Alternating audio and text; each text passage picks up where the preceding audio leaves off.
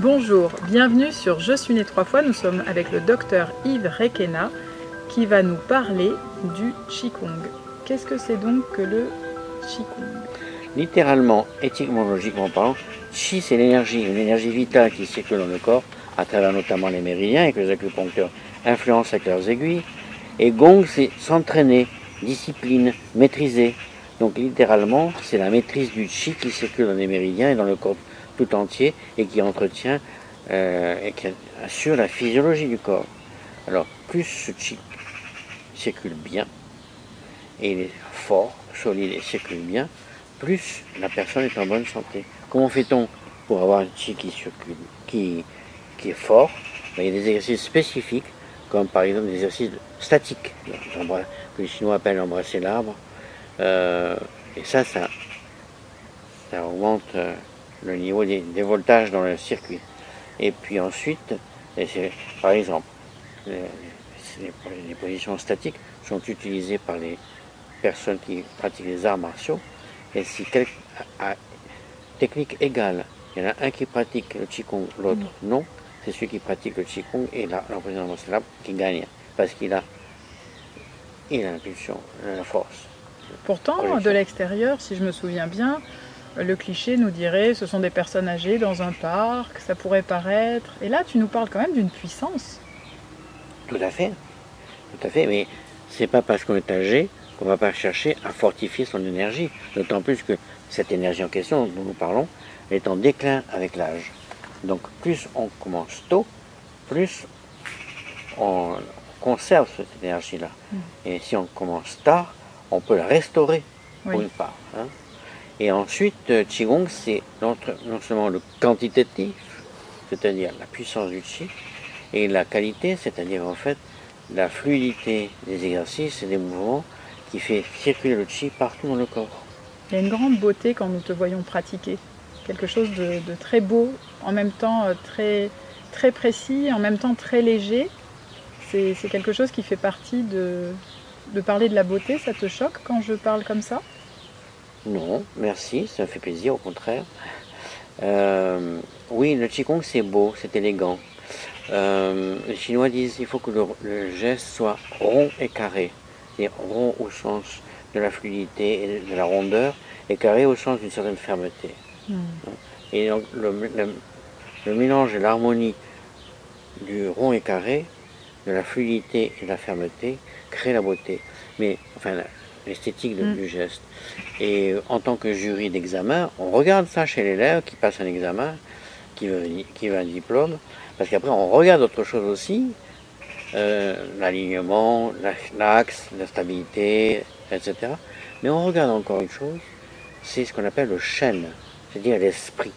Est-ce que la personne incarne son mouvement? Est-ce qu'elle est unifiée avec sa respiration et son geste?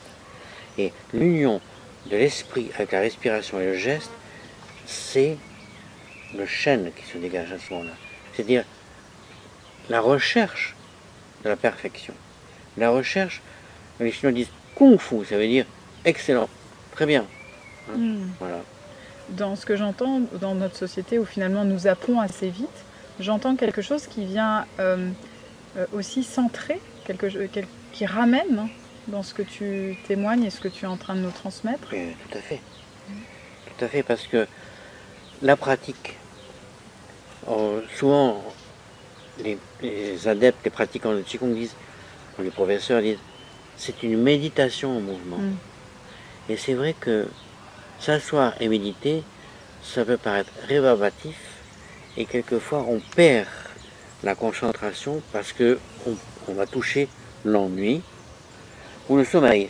Bon, ce sont des épreuves qui sont intéressantes à traverser dans la méditation, je ne dis pas le contraire.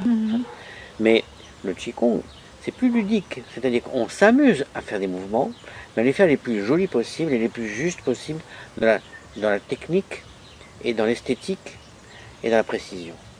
Et donc, ça oblige la personne à être attentive. Et du fait qu'elle est attentive à ce qu'elle fait, elle est en train de méditer sans le savoir. C'est-à-dire qu'elle réunit tout son esprit dans le silence de l'esprit centré sur ce qu'il fait. Et c'est rare qu'on soit totalement attentif à ce qu'on fait. Et dans le Qigong, on ne peut pas faire autrement. Voilà, on fait un geste comme ça, c'est plus du Qigong. Tu as utilisé un mot qui me paraît vraiment au cœur de ton enseignement. Tu as parlé de ludique. Et je trouve que c'est important de revenir sur ce mot-là. Si on va toucher le côté ludique, c'est avec plaisir. Parce qu'en fait, la pratique, les enseignants de Qigong disent qu'il faut pratiquer avec le sourire intérieur. Et les maîtres taoïstes, les sages chinois disent, si vous voulez être heureux, ben, soyez heureux tout de suite, souriez. Voilà. Et donc tout de suite, ça détend la partie. Souriez, on ne se prend pas la tête. Si c'est bien, c'est bien. Si c'est moins bien, c'est moins bien. Ça sera mieux la prochaine fois. Donc il n'y a pas de tension.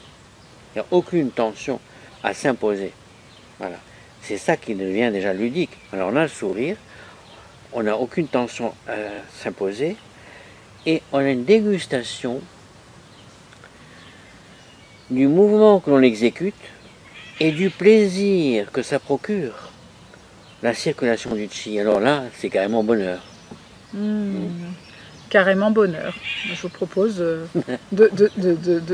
d'ensemencer nos oreilles et tous nos êtres avec ce carrément bonheur. À bientôt sur Je suis né 3 fois.